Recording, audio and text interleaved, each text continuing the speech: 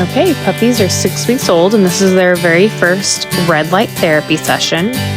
This session lasted about 15 minutes.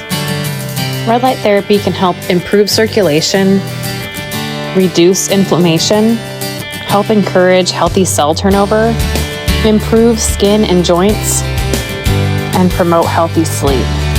This is one of the many things that we do to improve the lives and longevity of our puppies.